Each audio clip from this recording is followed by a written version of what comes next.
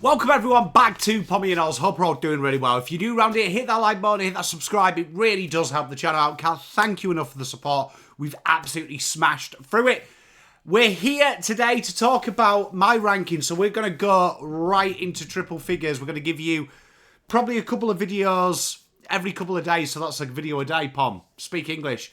And we're going to go through them in blocks of 10. So we used to do this like one for one.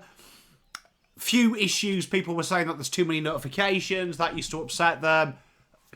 We're going to condense it, so we will timestamp it in the description there so you can go to it, but we're going to go 1 to 10 of my personal rankings. So how we judge this, you're going to love this. 1, we do it with the eye. 2, we also do it with the data. And 3, we've got Pommy's little algorithm that we do that has like some kind of projections there based on similar types of players. We have a lot of fun doing this, so these are my two favourite things that we do in the off-season. 1 is just rank the players, but 2 is then when we get on to the next bit, which will be probably the 8th of November when the lists are purely finalised before the draft, where we start doing needs analysis drafts. So we've got loads of content, so it's really worth turning that notification bell on and subscribing. We're going to have lots of special guests. We're going to have the live mock draft with special guests where we become list managers with live trading and things like that. You always enjoy that. So stay tuned for more content. So let's, without any further ado, get into it. So here we are. Number 1, Mr. Levi Ashcroft. Obviously tied to the Brisbane Football Club, but a stellar year for Sandringham Dragons. Now, why is Levi been my pick 1 for a good few months? That NGA father-son thing, the academy thing, always plays into my rankings because they are elite level from a very young age, and you can see it. His national championships this year, the 4 games, 25.5 touches, 4 marks, 3.3 clearances, 7 score involvements, and a goal a game. His 1 game in the VFL was spectacular, a goal and 35 touches. And in the Coates Talent League, he took the pina colada, 31 touches, 5 marks, 5 clearances, 9 score involvements, 1.3 goals a game. And although he's had some post-shoulder surgery in the off-season, this guy is as complete and as ready to go as you will see an 18-year-old young man. Not only does he combine leadership with his exceptional high IQ like his brother, he's very similar to his brother in the terms of like he also kicks goals. Incredibly clean in the contest. And in today's AFL, in a game that's all about your ability to spread and transition, this guy is Mr. Spread, if you will. He's like, you know, a microwave tub of butter. His ability to find the ball and get it on the outside, hard-working, front and back, two-way running, everything you want in your modern-day AFL midfield. So Levi Ashcroft, for me, is, if he was an open market, there'd be no conversation, in my opinion, who is the best player in this draft. So Levi Ashcroft, he is our numero uno. Numero uno plus uno. Jagga Smith. You can see I spent a lot of time in Spanish. Jagga Smith, I find it hard to separate Levi Ashcroft and Jagga Smith. And you look at his season this year, for the Oakley Chargers and also for the Vic Metro. It's been really impressive. The national championships for the Met, 29.3 touches, 4.8 marks, 6.8 clearances, 10 ground ball gets, 6 score involvements, 2 tackles, just under a half a goal, 0.3. And then for Oakley, he was sensational. 34 touches, 10 ground ball gets, 8 clearances, 7 score involvements, half a goal a game with the 3 tackles. And he's everything you want. See what we said about Levi. His ability to find the ball, accumulation. Probably his big knock is that penetration. But every club has that accumulator.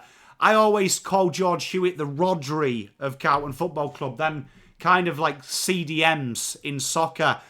This guy's like that Paul Scholes. So that kind of guy, that playmaker, that deep-lying playmaker.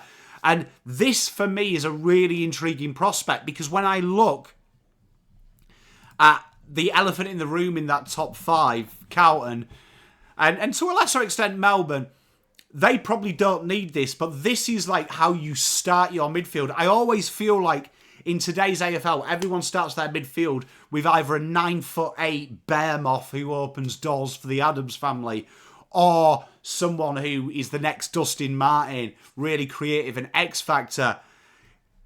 I think the wise way is you get the guy who wins the ball, is the metronome effect. And this guy is really that metronome effect in the midfield. Gets the chains moving. Real, old school 90s NFL quarterback, just getting it going. A big fan of Jagga, and he will be a great pickup. And I feel like he could be one of the ones who is the victim of, as the great lyricist Miley Cyrus said, the slide. She said the climb. Who knows? But that is number 2. Third ranked player is a guy that I am a big fan of. And for me, you've got to have bums on seats footballers. Guys that just get you up and about, change the game. And this guy here has an engine, but the X-star power to match. An incredible season for the GMV Rebels and Vic Country this year.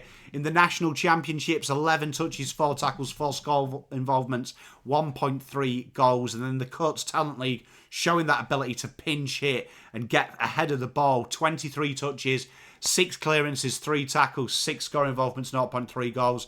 This guy is what would happen if you crossed LDU with Keziah Pickett, in my opinion. It's a weird analogy, but his ability to get in there, take goals, take the mick, and he's had a few setbacks, hip issues in this preseason, no preseason, so for him to be in at 3 is insane. The power through the core, the ability to kick, to create space, the X factor, the ability to find the ball as well. He's not shy defensively. Really one of them players that I look out for here and get really excited about. Sam is one of them players that you can see day one starting at half forward, being a little bit of an X factor talent. I wouldn't be surprised as well that this is one of them ones that we readdress in 10, 15 years time and we have arguments about, because when you are compared, and I don't like doing the comparisons, but when you are compared to Dustin Martin, you've got to remember, for all of Dustin Martin's great games, there was them mediocre games. This guy here is your point of difference. So really incredibly value in today's AFL and a really exciting prospect. And you can see why the talk is pick 1, him, Jagga, Finn, and players like that. But he's there because he's not the consistent guy. He's the guy that wins your games. And that is a commodity in today's AFL. Rank 4, a guy we've talked about a lot. And this might shock people. For me, a very exciting point of difference. A guy that is hard at it, plays senior footy already. South Australia's very own Sid Draper. And this guy has got breakneck lightning speed. Reminds me a lot of, if you go back and watch my 2019 previews, I was really hot on a gentleman called Chad Warner in about the way he goes about his game with the rugged appeal. Now, he played 6 games for the Panthers, who are really, really struggling in Southall at the moment. 22 touches, 2 marks, 4.5 score involvements, 6 goals, 6 tackles, 0.3 goals. Again, the National Championships, 21 touches, 3 marks, 3 inside 50s, 4 clearances, 6 score involvements, 1.5 tackles. Again, the state MVP, last year, you've got to remember that as a bottom major. This guy had an interrupted season with a stress fracture in his shin, but when he came back, the captain did captain things, and this guy here is a game changer. Incredibly clean. I can see this guy as well just working on his craft. A lot's been made about his goal kicking, and I think that is a cop-out when you actually watch how he plays and what he does for the Sandford side. He plays in the guts. He hasn't had the privilege of the other boys of being the star in his junior level. He's been playing mantings. And this guy here breaks lines. He uses the ball in the good areas. Incredible improvement from his kicking last year to now as well. You can see that's been a real primary focus. I'm a big fan because you look at the hot zones he attacks. These are the zones that when you're an established top 8 club, like a Melbourne, like an Adelaide should be, like a Carlton, you are really prioritising because he is different to what you've got. And every midfield has this, and some midfields don't. I'm a big fan of Sid Draper, and I would have him quite high, but you'd all come for me, so that's fair enough. In at 5 is his Messer, another guy that's heavily been touted. Injury broken season this year, but it has been bone ones. Hip complaint, broken fingers, fractured thumb. You can't do this. Now, out of all the players we've mentioned, who has got the highest ceiling, it's no doubt Finn O'Sullivan. This guy is like, he jumps, he leaps like a flea. He's strong through the core. He's got incredible running power. His kicking is mwah. It's sexual. He can get forward and kick goals. 4 games in the Coates League this year. 17 touches, 4 marks, 3 clearances, 1.3 goals with 3.5 tackles. In the National Champs, 11 touches, 1 clearance, 4 score involvements, 3.5 goals. 3.5 tackles, no goals. And in the VFL, he had a really good little showing for Richmond. 12 touches, 2 goals, 6 score involvements. This is a guy that you can bring in straight away and play half forward. Now, is he going to be ready to play round 1? He probably can. Like, this guy here has got an incredible ceiling. Like, we're talking X-Factor player. I'm a big, big fan of him. This could be one of them ones that can go either way, though. Like, obviously, when you've got them injuries, is that something that you're just susceptible to? They were very unlucky injuries, got to say. But the positives of this guy are insane. Probably the most well-rounded and most complete of all the players we've talked about already. It's just that great unknown. But to be ranked 5 when you've played less games than anyone else, almost half at times, just says the quality of you. This guy is, in junior football, and especially last year, you could see the hype. You could really see the hype, and there is a lot of hype around Finn. To combine that agility with also that speed, but also that running power, is incredible, and it's a really, really good complement. The all-round package, the one-size-fits-all, really, of this draft. I'm a big fan of Finn, and looking forward to seeing him go somewhere in that top 5. This one might be a bit of a surprise. As you know, we don't like to follow the trends, but it would be a miss of me not to have Mr. Consistency. And Murphy Reid, another Sandy boy, who is, again, suffering from the fact he's played with a lot of players people are looking at, is incredible. This guy here is Mr. Football. He just does the right things at the right time. He can play in snow and not leave footprints. Incredibly clean, great footy IQ. He hits the scoreboard, not real any weaknesses on the back of his head, but his spatial awareness is insane. His spatial awareness is insane. The 9 games for Sandy this year, 25 touches, 4 marks, 4 clearances, 4 inside 50s, 7 score involvements, 2.3 tackles, and over a goal a game. And in the National Championships, 25 touches, 3 clearances, 3 I50s, 7 score involvements, 3 tackles, and a goal a game. This guy here is as complete a player that you will see. And he was gutting that he got an injury just in the grand final, and that probably means he'll be sidelined probably a bit in the pre-season. But this guy here is clean as a whistle, a real pick-up here. And if you're looking for a sure thing, I'd say Murph is as close to a sure thing. He reminds me a lot of a very young Mark Murphy and how he goes about his way. Just a real reliable player. I'm a big fan of this guy, and I'm really looking forward to seeing him come into the AFL. A guy that was long touted as a pick 1, and a guy that I feel like he's getting a lot of hate for no reason. But a guy that is very strong, and his back end of the year made him be a Lark medalist and an absolute insane campaign. This guy wins the ball, strong in the air. He's got huge engine, and people talk about speed, and speed is important. I know people say I downplay speed. I don't. I just talk about speed as it is.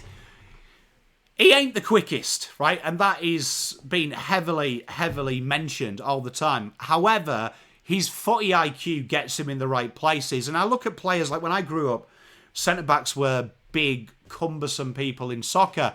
The great ones, though, were quick, and they could beat quick forwards quite easily by anticipation, by being there. Timing beats speed, and his Coates Talent League, 26 touches, 5 marks, 5 clearances, 7 score involvements, 1.3 goals a game. National Championships, 25.5 touches, 6 marks, 6 clearances, 7.5 score involvements, 3 tackles, 0.3.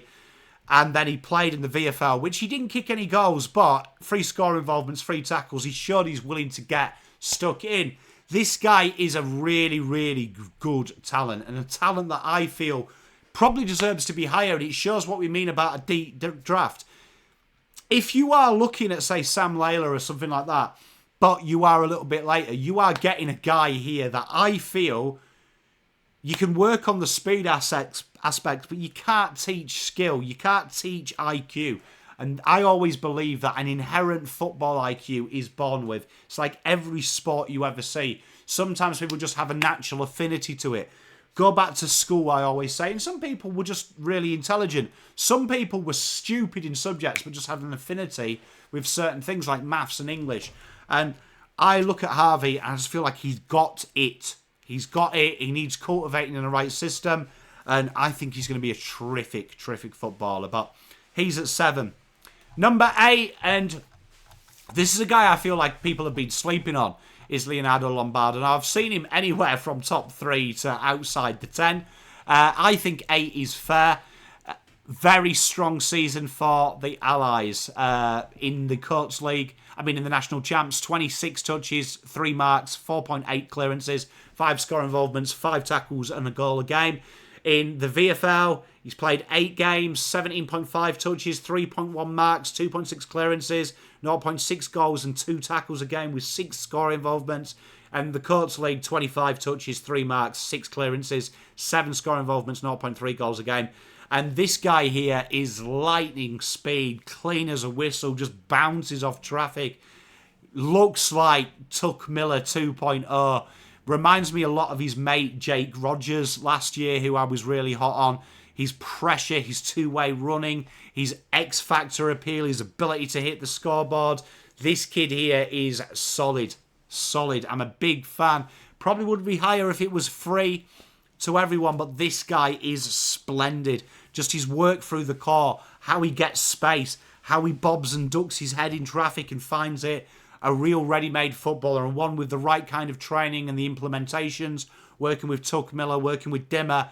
This kid's going to be a star, mark my words. Big fan of Leonardo.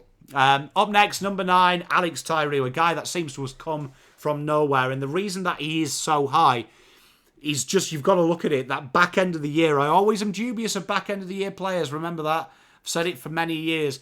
The big thing about him, though, is when you watch him play, this guy is modern day, down the back, intercept, transitional threat. And that is 90% of this league at the minute. Vertical leap, incredible read. Decent, very, very, very good kick. Quick. If he gets himself out of position, he can find it. And few injuries to his ankles at the start, but once he came back in, he took the mick. He took the mick. And good country boy. We love country boys on this channel. Gippsland Power boy and a country boy. So for the Gippsland Power, played the 12 games, 14.5 touches, 7 intercept possessions, 6 marks, 0.6 goals. He's got such a gravy kicking action that he even slots forward. This guy is ready-made. And in the National Champs for the country, 4 intercepts, 2 intercept marks, 3 marks total. This guy is a really, really good slow burn. I don't want people thinking, oh, he'll play round 1 and he'll be Stephen May. No, he won't. But 193, bit of growth to do. You look after him right, you play him as the 3rd. I'm a huge, huge advocate of Alix Tauru. I'm a big fan, and I'm really excited about what he can do, because this guy here is how I feel like all the defenders we're going to see come through the system. Still that question mark on the 1-on-1, but play him loose as the intercept.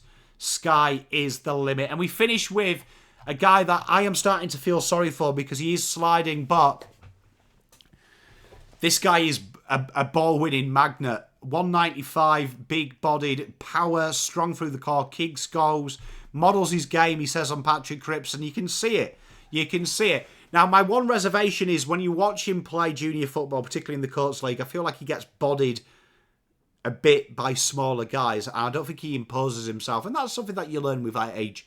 Do you know what I mean? I'm not going to criticise him. When I was 18 to now, I was still talkative, but I was less willing to be loud. You look at him in the National Championships, 18.8 touches, 3 marks, 3 inside 50s, 6 clearances, 7 score involvements, 0.5 goals a game. Incredible. And then for the national in the Coates Talent League, 25.5 touches, 6.3 score involvements, 4.2 inside 50s, 3.5 tackles, 1.3 goals a game.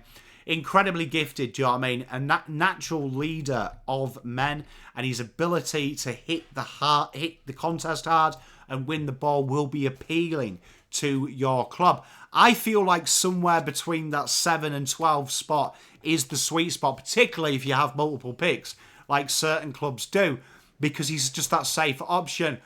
Can't wait to do the next 10. I'm a big fan. Let me know if you like this kind of methodology and you learn a bit about the players. We tried to keep it concise. I'm amazed it's 20 minutes because I did a test run of this and it was 50. But peace, love and light. I'll see you for the next one. 11 to 20. Pommy out.